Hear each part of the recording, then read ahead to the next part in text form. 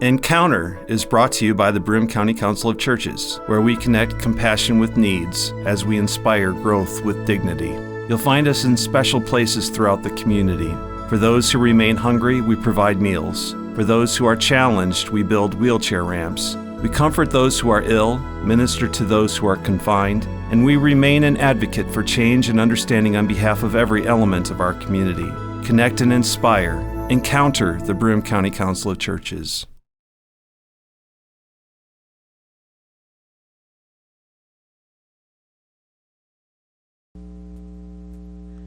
Good morning and welcome to the Encounter program. This is a ministry of the Broome County Council of Churches, and we're so thankful that WB&G has partnered with us to be able to do the Encounter program every morning. Thanks be to God for that. My name is Reverend Rachel Helgeson, and today we'll be talking a little bit about how college students are handling this new normal with COVID-19. I call it new normal, and what that looks like, particularly with faith, through the other avenues with their personal lives, and how that intertwines in all sorts of ways. My name is Reverend Rachel Helgeson, and today you actually get to be in my home church. This is Northminster, so you're probably wondering, this is not our normal background. You are right, it's not. This is Northminster, but it's a familiar place for me, and I'm so glad that we're able to open our space to be able to go from our home to your home. As you'll notice, we are practicing social distancing, so this is recorded a little differently, and also my guest is in a different spot. So someone I am really excited for you to meet. This is Emma Kindig. Emma is a member at Northminster Presbyterian Church, and this has been her home place for a long time, so I'm glad that she's able to be here with us. Emma is also a student at Cornell, and so Emma, can you tell me again where you are in school, what you're studying, and how all that's going? So I am a current sophomore at Cornell University. I'm an animal science major with a pre-vet concentration, looking towards applying to veterinary school soon. Soon. So you're already starting to think about that, right? Oh yeah, like they started talking about vet applications our freshman first semester. I'm like, what? When did you think about this? I was thinking about college. Like, everyone just seemed to know what they were doing, and I was like, wait, but that was 5 steps ahead. Stop. I had to get here first. It's been a whole thing. It's good to have a sense of humor about that, though. Yeah, and I'm slowly figuring things out, but then, of course, what I thought I was gonna do, I then heard somebody say something, and it just rerouted my whole plans. And so I was originally thinking of doing a mixed practice, which would be small animals and large animals, like farm animals. But now I'm thinking more like wildlife and zoo. And so I'm just like, okay, so now all the schools that I thought were going to be good are they don't have the right program. So I have to start from square one. You've got plenty of time to think about that. And tell me too, where do you live when you're on campus, and what does that mean about your living space? Yeah, sure. So on campus, I live in Risley residential dorm. We all refer to it as the castle. It really does look like a castle. And I've seen it. It does really look like a castle. Yeah, it's up on a hill. It's beautiful. And so it is a program house, which means everyone has to apply to be in there. It's not just the general housing. You pay a small program fee so that we can do, really cool things that we do. It is the arts house, so that includes physical art like painting or stained glass or wood shops. We have 10 or something different shops in the basement of Risley, and they're student managed. And then we also have theater. There's a theater in Risley. There's a dance studio. There's 2 pianos at least. It's everything that you could consider art. We all have a home there, and so it's really beautiful. And tell me, am I remembering correctly, your background was in dance, but also in theater and singing, right? And I did a whole lot of all of that. I started with dance when I was 4. I was singing in the church choir when I was able to sing, 4. And I started theater around middle school, high school. So are you doing any of those things now at Cornell? Yeah, so I did a dance class as my gym class for one of the years, and I also joined this fall an acting troupe called Cogdog Theatre Troupe, and so that is totally student run, and although we are not like affiliated with Risley, we like our shows are in Risley Theater, so it's kind of nice to be like, hey, rehearsals in the Risley Dance Studio, somebody let me in. I'm like, I got it, I live here. And it was really convenient, so I joined in fall, and then this spring I was elected the technical director, and so we used like the prop shop, which is in the Risley basement, and so then I could also be like one of the managers for that, and then I could just go down there whenever I wanted because I lived there, and so It's super convenient. yeah, it really was. But yeah, so it was really fun getting to do all of that with also like still doing classes, but I get to have this side thing that, you know, I can still do what I love.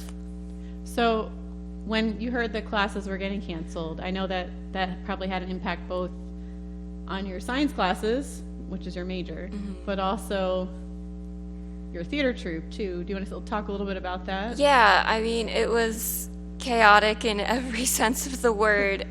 So our first show that we were doing that semester called Smorgasbord, it was like a 10-minute play fest. It was Tech Week for that show, and we got like this message like 5 minutes before call time that classes were going to be canceled. And so as people are starting to show up, they're all like calling their parents or their friends or freaking out about like their senior thesis is going to be canceled. And like it was so hard to see that because I'm like, this is so stressful, but also we have a show to do. And we were worried because there was a restriction that events that would draw over 100 people, non-essential events, were canceled. And so we had to figure out if we were still going to be able to perform, and we managed to, like, Risley Theater capacity is 81 people, and we were going to have 17 people max backstage, so we were just going to be under 100 people. So we're still doing it, but it was just like we had to take half an hour and be like, can we still do this show? Is there a point to rehearse? And so we did, but it was just one more wrench. Did you do the show one time then? Yeah, so originally we were planning to do a show Friday night and then 2 shows on Saturday, and we did our Friday night show, and then based on, you know, concerns of the whole troupe really, we decided that we were going to cancel one of the Saturday shows but probably do the afternoon show. And then Saturday morning, there was a confirmed case in Tompkins County, so we then canceled that show. So we only got to do one, but the one we did was really great. It brought, it was almost a packed theater because we also said it was going to be free. We canceled ticket prices, and we refunded anyone who bought tickets. And we were just like, you know, just come and get your mind off of this. And we got so many laughs. We got so many just people, and it was great. And I know that that's sort of the story you're talking about canceling and being able to do it even for that 1 second. My brother-in-law is a professional musician, and all of his gigs have been canceled. Yeah. At least for 3 months. It might be more than that, but something that the arts community particularly has been worried about. What does that look like? And I know even in our worship spaces, I've heard with other clergy, how do we continue to support the musicians that we hire? Northminster has an organist. Exactly, yeah. And we also have a music director. And so we've managed to be able to continue having them do music in different ways. Like last week, for Easter, had them pre-record, which you and your brother helped a lot with that. And we've had other videos where our music director has pulled together other people, like our children's choir director got some of the kids and put that together. So it's been a very strange time with new innovations, I think. We're trying to figure out how to do that. So shifting gears, how do you think your faith is playing out in all of this? And let's back up a little bit. Talk a little bit more about what your faith base is. I know I've sort of given a spoiler that this is your home church, but I know that's not all of your story. So I'd love to hear a little bit more Yeah. about the fuller picture of that. So I did grow up in this church. I was baptized here. Like, my earliest memory of a church is this church. And like, my mom was, my dad grew up here, so my grandmother's actually the organist for a very long time. So this kind of has a history with my dad's side of the family, and then... So this is third generation, right? Yeah. And so it's kind of interesting, too, because your brother helps with some of the technology stuff. Your dad did before for a while, and now you and your brother are sort of taken on the mantle. Yeah. And then my mom was also the youth ministry person while I was a kid, so she would do the children's chat. And then when I was in second grade, or at the end of second grade, we moved to Princeton for my mom to start seminary. And so, you know, I've always been like in the church, and it's been like around me. I've like kind of, I'm not gonna say forced into it, but like, you know, I would go home, and like, it was just every Sunday you go to church, and that's what you do. And, you know, I've always felt comfortable. I've always, you know, like, it makes sense to me. But at the same time, you know, I don't always feel that I can just put every drop of faith or hope or anything into something that I don't have any proof works or exists. Like, I can pray, and that feels great, and, you know, I can do things, like do God's work and do good for other people, but I, like, you know, you can't just say, well, praying for you, like, that's not enough, because who's to say that that's actually going to do anything? And that's probably part of your empirical mind, right? Yeah. And you're at a time, right now, where you're exploring all sorts of things, which is an amazing time to be. And as Presbyterians, we encourage you to question. So, and you and I have talked about that on other times, but I think a lot of times we forget that we're allowed to ask questions, that we're allowed to grow and grow in our faith. So I know for you have a very good foundation and a family that encourages you to question, right? When my mom was going to seminary, even, she would come home and be doing her homework or whatever, and she would say something. I'm like, I would ask her questions all the time, and she would like do her best to answer them, but she would also have questions too. And so it's just, you know, I've always had that kind of foundation of, you know, we don't know sometimes, and it's good to ask questions. We shouldn't get too comfortable with anything. But yeah. Well, and as we know, like, everything's been sort of flipped around as far as what can we be comfortable with. Even this is different for our interview, but in our worship space, which I want to talk about that too. We've been doing online worship through Facebook, but just our sermons up until we were told, yeah, it's not a good idea for y'all to get together. We don't want people to get sick. Particularly, I know Northminster and some other congregations have said we want to make sure our most vulnerable are cared for. Right. So then we went to Pastor Rachel's home, from my couch to your couch, which you can still tune in on Facebook if you're really interested. We encourage you to do that.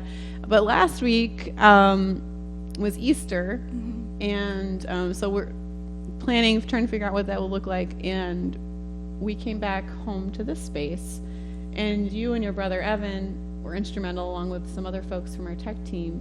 But I'm just wondering, what was that like for you to see how we've gone from being physically in this space that you've known and you've grown up in,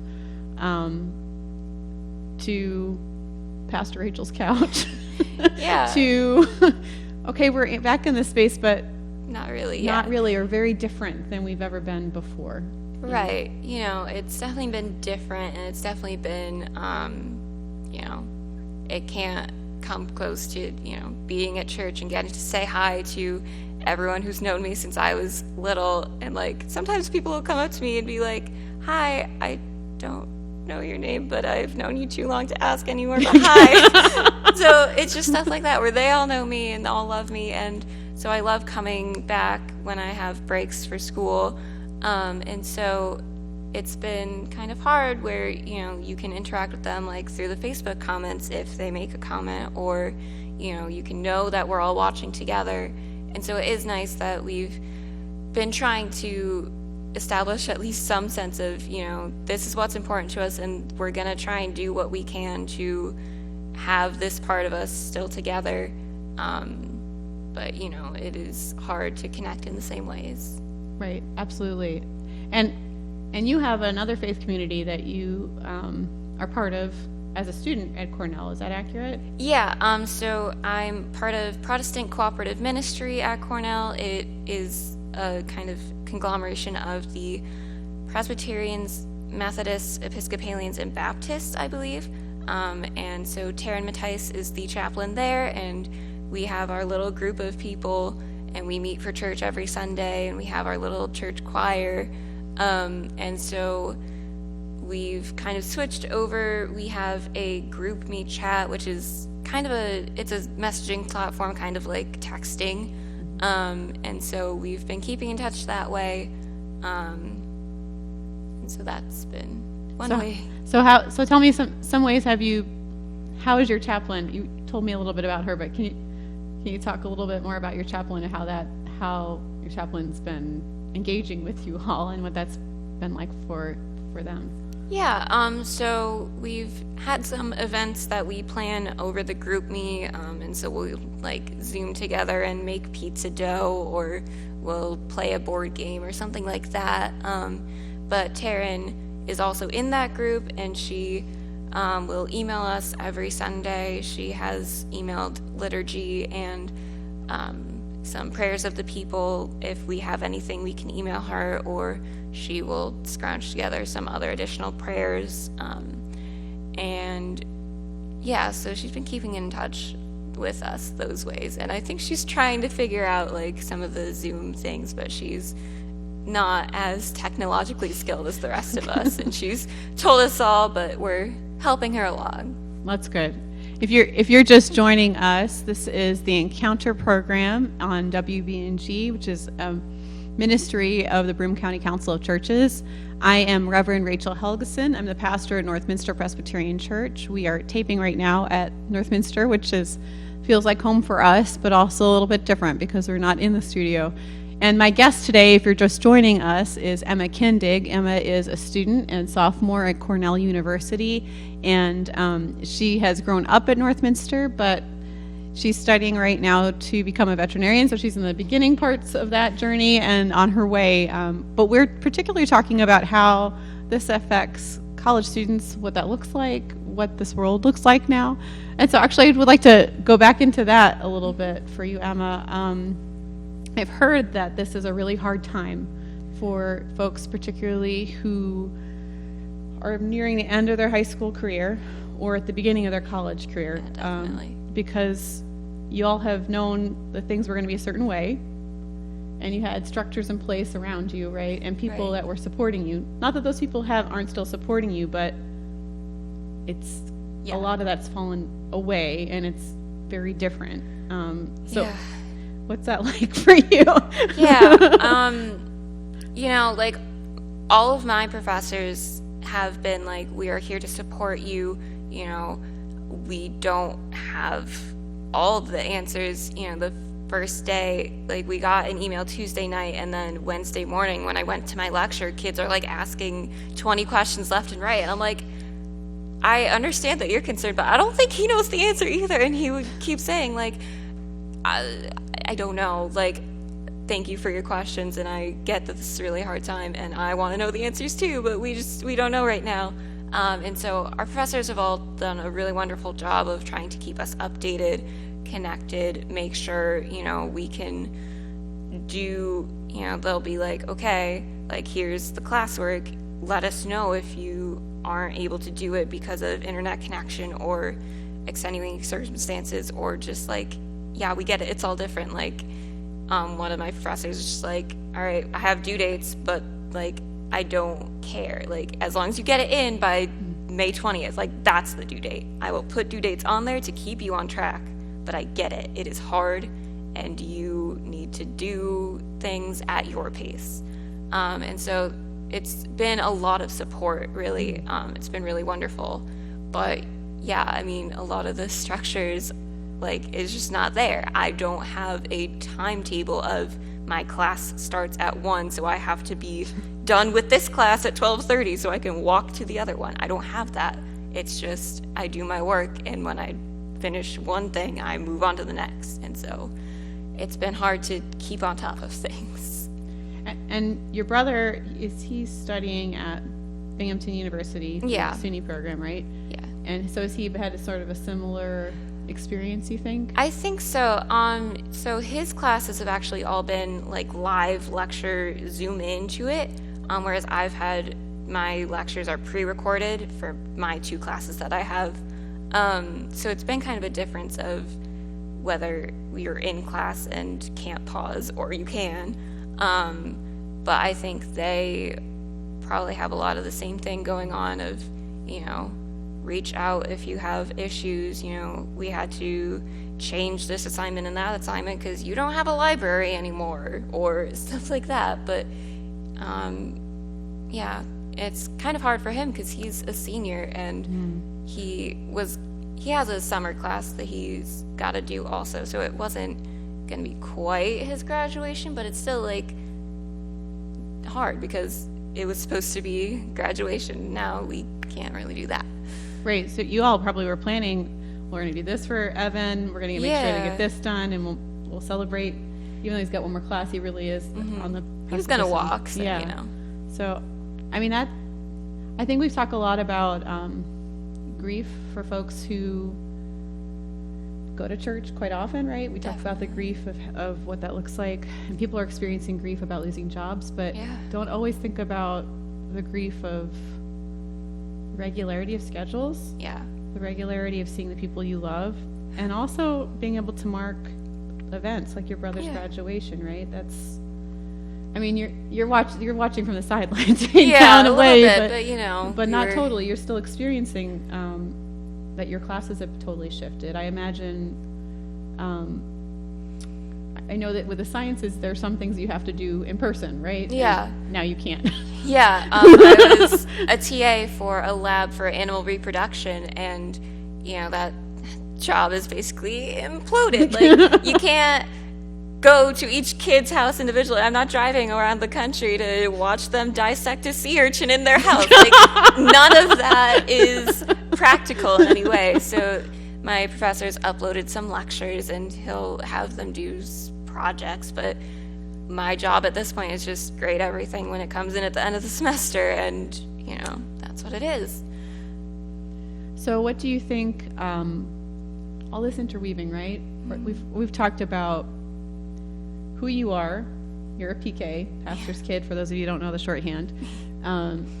You're a student at Cornell.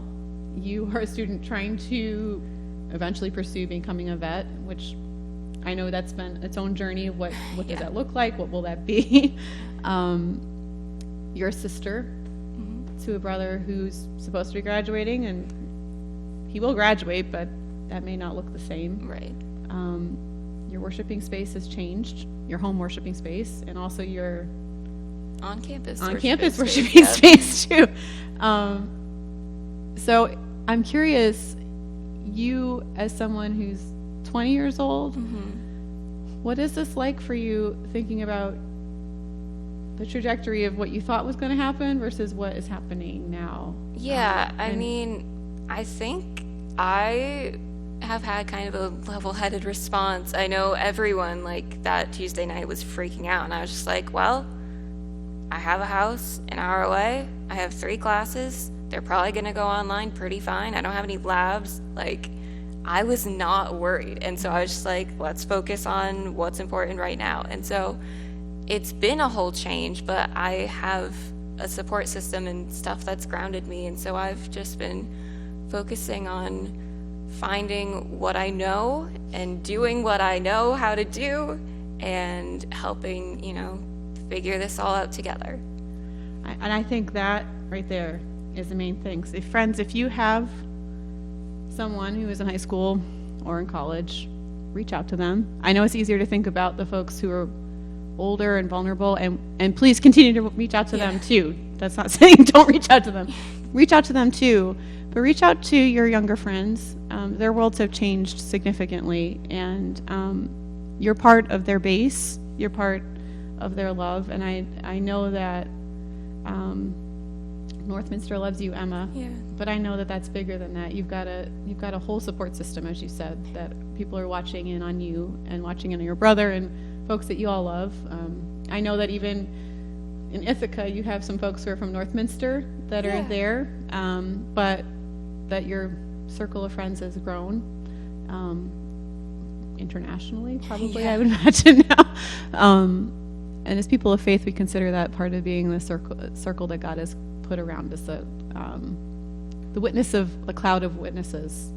And so, so friends, be part of the cloud of witnesses for the friends that you know, and think about your college friends, what they look like, what they're about, and know that we on the Encounter program are thinking and praying for you. Whether you feel like you need to do something and make a mask, if you need to make sure that you're checking in on someone, which is totally a worthwhile thing, or if you just need to be able to be seen. We want to reach out to you and to know that you are loved, that you are enough, and that you are essential.